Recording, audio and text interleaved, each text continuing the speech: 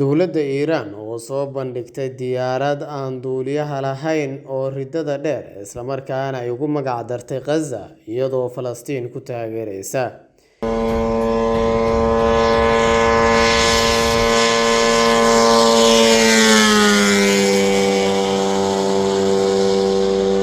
Si aan u gudagalno muuqaalkan, waxaanu ka codsanaynaa inaad like saarto, share garayso, naguna soo biirto oo follow dhahato page-kan si saaxiibo badan u gaaro una rukumato muuqaalada maalinlaha ah. Mahadsanid in badan. Dowladda Iran ayaa waxay soo bandhigtay diyaarad dagaal oo nooca loo yaqaan drone-iska ah ama nooca aan duuliyaha lahayn ee meelaha fogfog laga hago, taasi oo dowladda kacaanka Iran ay ugu magac dartay Gaza Drone, taasi oo ay Iran ku taageerayso isla markaana ku sharfayso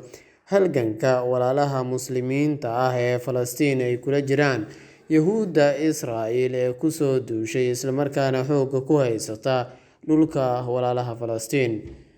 Diyaaradda aan duuliyaha lahayn ee Gaza loo yaqaano ayay dowladda kacaanka Iran sheegtay in ay gaari karto isla markaana duuli karto masaafo dhan 2,000 oo kiiloomitir, isla markaana in ka badan maalin amaba 35 saacadood ay hawada si toos ah ugu jiri karto, iyadoo daroonta Gaza ay qaadi karto bambaanooyin sida daran wax u gumaada.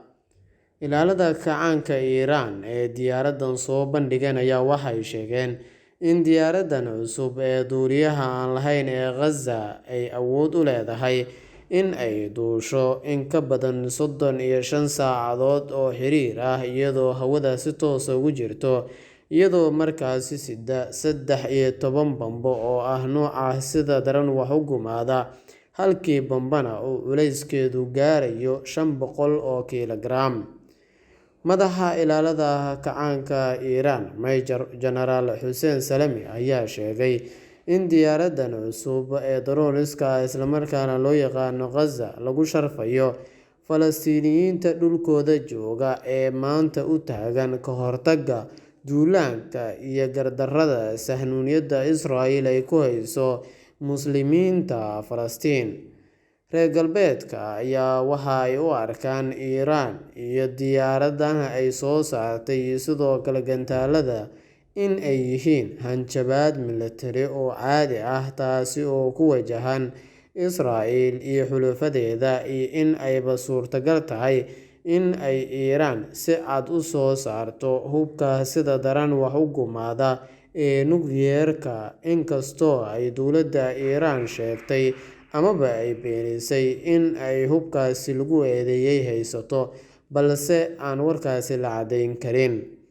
Like saar muuqaalkan haddaadan horey u saarin, waxaan kaa codsanaynaa inaad follow dhahdo page-kan oo aad nagu soo biirto sida muuqaalada maalinlaha ah aad u rukumato. Mahadsanid mar kale.